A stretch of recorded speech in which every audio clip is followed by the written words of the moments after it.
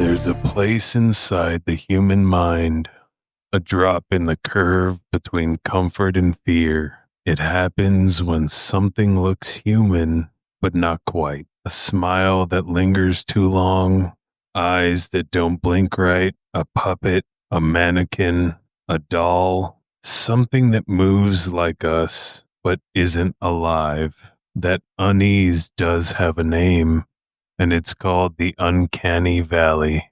A place where imitation becomes threat when humanity turns against its own reflection.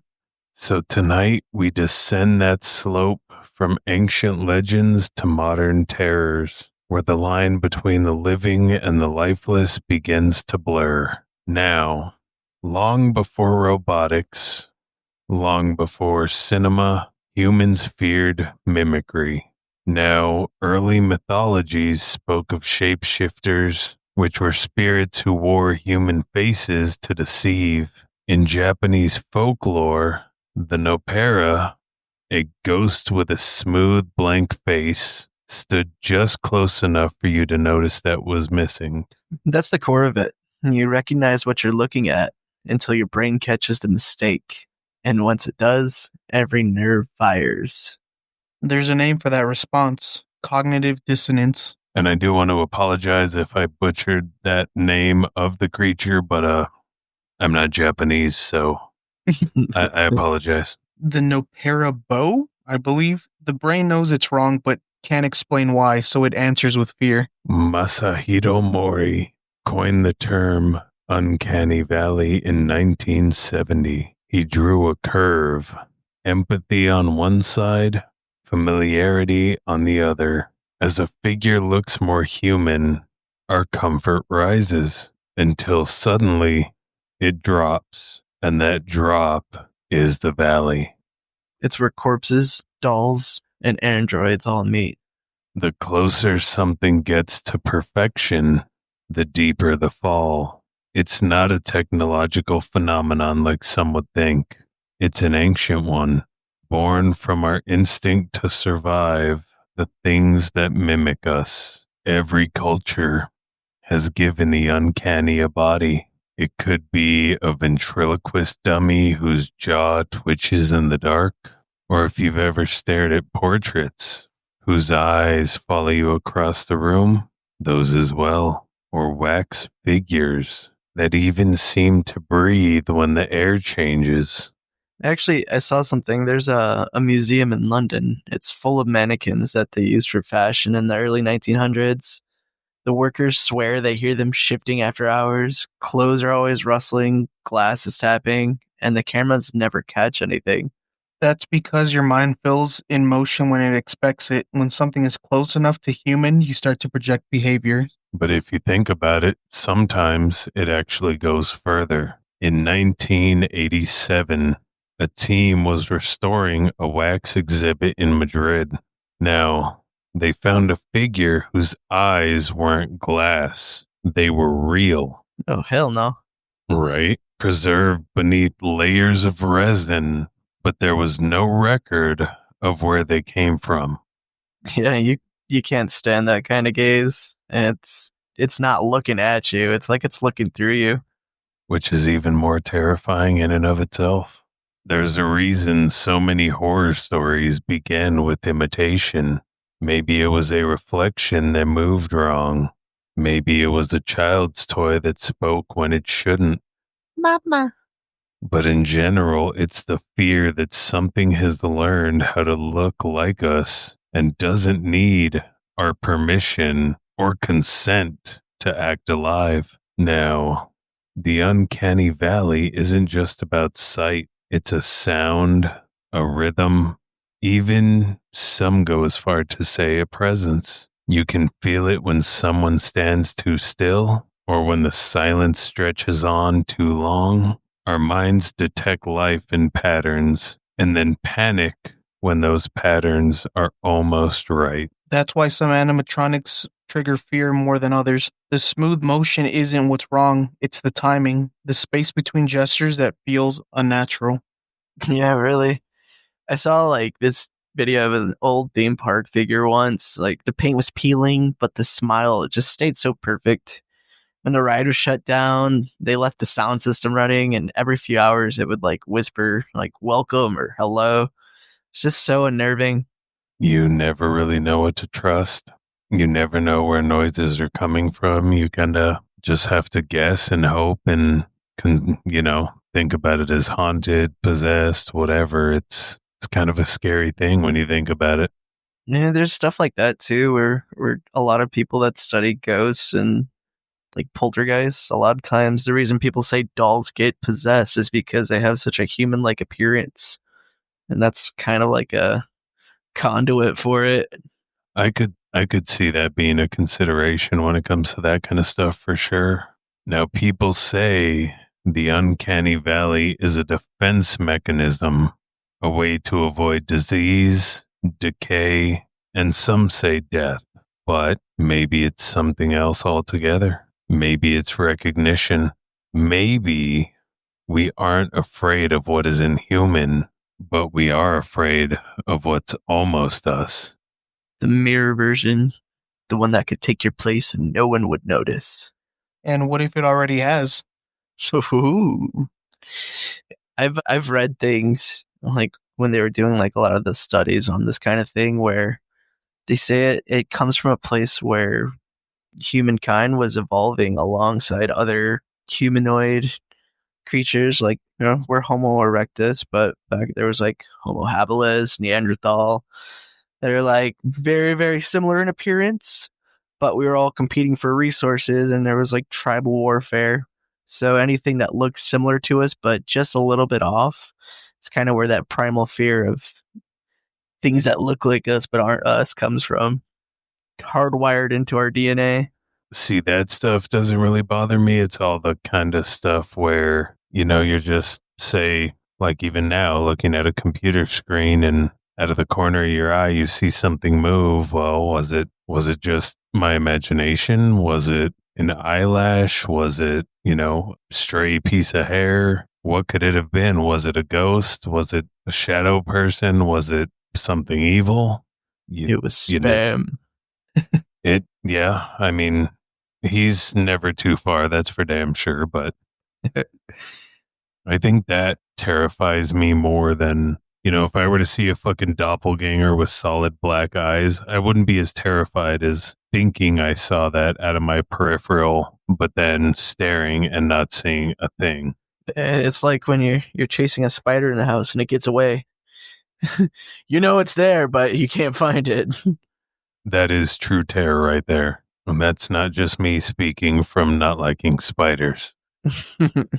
I think it is. But there's growing up in the house we had in Mexico, it was super haunted. And I know I've talked about it on here before, but my mom had a painting of like Jesus, but like the real suffering, bloody Jesus. Yeah, it's terrifying. Good old And Mexican Catholic Jesus. yes, the real Catholic guilt Jesus make you feel bad about what you did to him. But it had that thing where like the eyes follow you and it was really unsettling and I hated that painting so much. And I was like tiny. I was like, this painting fucking sucks. Yeah, but I think that also goes into the aspect of I believe we've talked about it on here before. If not, it might have been just in-person discussions about like how something that's so holy as a church can be, desecrated and become haunted and this, that, and the other. But I think that kind of falls along the blend of this uncanny valley as well as like, when they say pictures of like pictures, statues, anything of like Jesus actually bleeds, like what kind of evil shit needs to happen to make it where a holy figure or even an image of, a figure that's quintessentially the holy of holy. Yeah. And that shit starts happening. Like what had to be done, what had to happen, like what Yeah. causes that? That's the thing though. It's like everybody can see it either one of two ways. Like if a statue starts bleeding, like you have some people be like, "Oh, it's a miracle," and other people be like, "That's terrifying." Why? Yeah.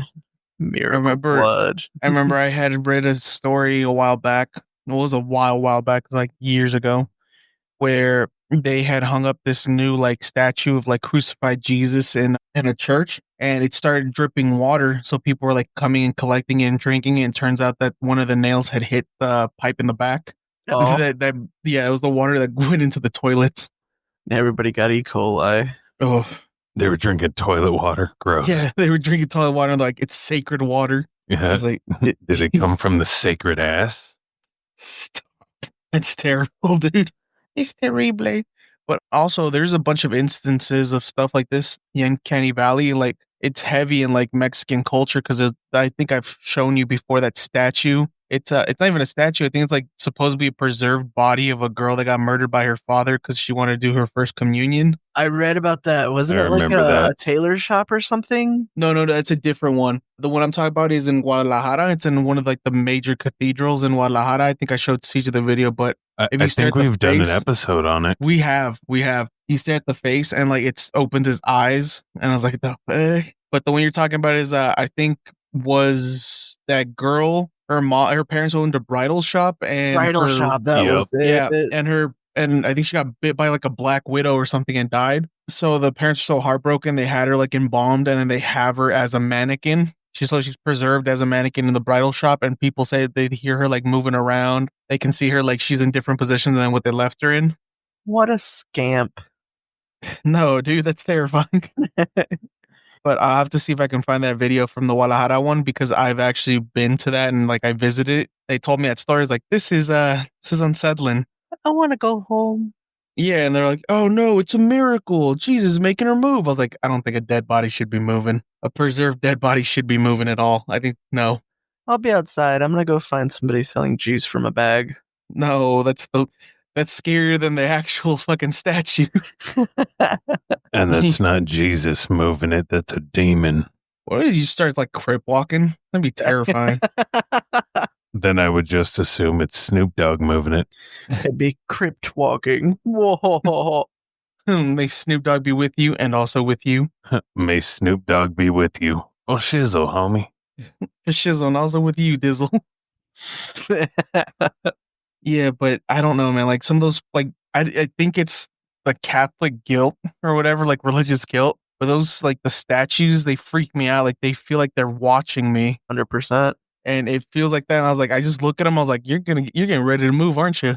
Dude, that picture we found when we went to the wishing shrine, the eyes on that thing were horrifying. I swear it was following me.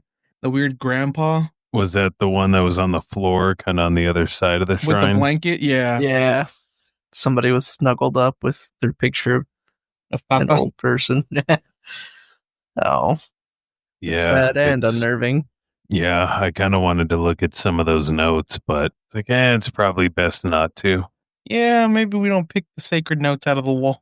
Yeah, you never know what they'll house. But I mean, I don't know, man. This shit can be pretty crazy. I mean, think about it. If you were to visit like an old robotics lab where the first humanoid faces were built, and then, what would you do if you find them lined on the shelves, half finished heads, but all blinking in unison, eyes tracking motion, and lips twitching with electrical hums Hell no. You burn that factory down. to the ground? Yeah, ain't no Terminators on my watch. You burn the factory down and put the fire out with holy water. Yes. People often describe hearing like whispers that sound like static. The power's off. Mouths still tremble. That's machinery cooling, not whispers. Then why do some of them still smile? That's a good question. And, maybe we'll have answers, maybe not. But I do know that at the bottom of the valley lies imitation that's too perfect to reject and too empty to love. Something that knows what comfort looks like, but can't feel it. And we, the living, we stare back, trying to decide which side of the mirror we're on. I mean, think about it. Every time we look into a mirror, have you ever had that thought cross your mind of, am I the real one? Or is what I'm looking at the real me? I haven't had that, but I've had like where I stare at it and then I was like, is it doing something different than what I'm doing? Yeah. Yeah, and then I just kind of get the inside my head. eyes. Yeah. I feel like sometimes like if I'm staring too long, like the eyes in the mirror aren't Yeah. looking directly at me. That like I don't It- know. Yeah, they look like they're looking through you, not at you. But I get that. But do you think that the reason that the porcelain dolls are so unsettling is because of the uncanny valley? I think just dolls in general. It's kind of where. I mean, it depends because there's some dolls that's like, oh, like a Barbie doesn't freak me out, but like a porcelain doll does. That's why I think it's like it's too lifelike to not be alive. And then they're like, oh, porcelain dolls are moving and whatnot. For me, And it's just the expressions that they have, like the blank, just never ending stare. Just it's creepy. porcelain dolls need sunglasses. Sunglasses. I didn't know Annabelle was chill like that. Super chill dog. She's a down ass fool. He's a sock checker. Oh, her Um, socks go up to her fucking neck. But I remember my older brother had told me once, like the year he was born, that there was a factory in Mexico that had porcelain dolls. Like that's what they produce, and then supposedly the factory was haunted, so like the villagers in the town just lit the factory on fire. I was like, that's fucking insane. Yeah, I don't like that. I You mean, just they're taking released good them. precautions. Or the fucking Isla de Muñecas. Have you ever seen anything on that? Yeah, that the Isla de Muñecas. That's Insane. yeah, that's terrifying. I feel like narrator would be scared to go there, not because of the dolls, but because of the spiders. Yeah, they all live in the Yep. doll bodies. Dude, I think we were watching a video on that, weren't we? And there's Yeah, like, we oh were. yeah, it's like, oh look at all these creepy dolls. And it's like, look at that. And then there's like a doll crawling out one of the doll crawling out of a spider's eye. There's a spider crawling out of a doll's eye. And I was like, nah. That would actually be more terrifying to see a doll crawling out of a spider's eye. You know, it'd be even more terrifying. Just a doll head starts moving on the ground, and then a spider comes out. It's using like a shell, like a hermit crab. Kind of like that toy in Toy Story. Yes, does that count as uncanny valley? Why does that sound like a fucking Bloodborne boss or something? I mean, honestly, Uncanny Valley sounds like it would have been a Whitechapel album. It sounds like Nature Valley did a special Halloween branch. Nature Valley. There's just doll crumbs everywhere. It's like orange. It's for Halloween. Uncanny Valley, Hidden Valley Special Ranch.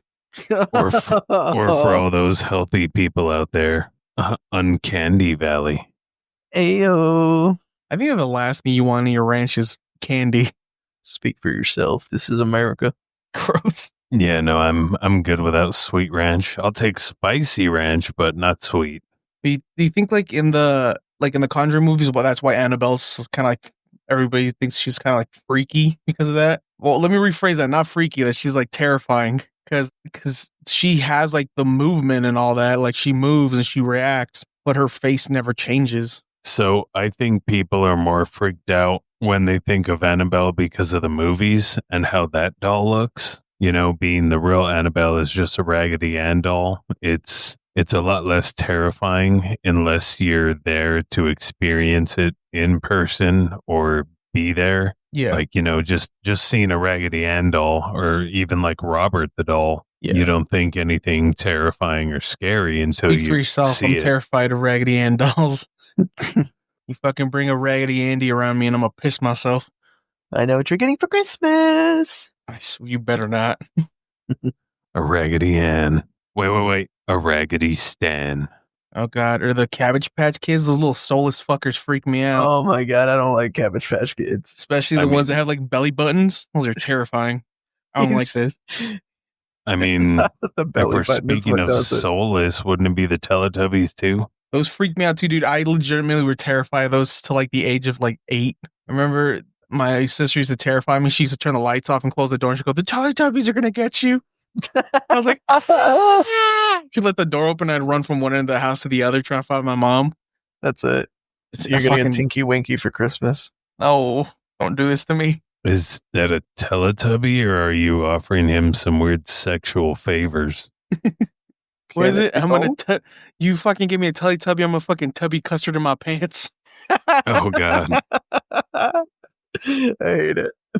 Yeah, dude, but I don't know. It's something about like the eyes that freak me out on like dolls like that. Because even some of like the toys from the 80s were kind of creepy too, like the Ninja Turtles. Those are unsettling too. So I had this thing. I don't know if you guys ever saw them. There was a line. They were like a bear almost. They were called Bubba. It was like early 90s or mid 90s, whatever. It was just a little like talking plush thing. And I had one that no matter what we did, it would never stop talking.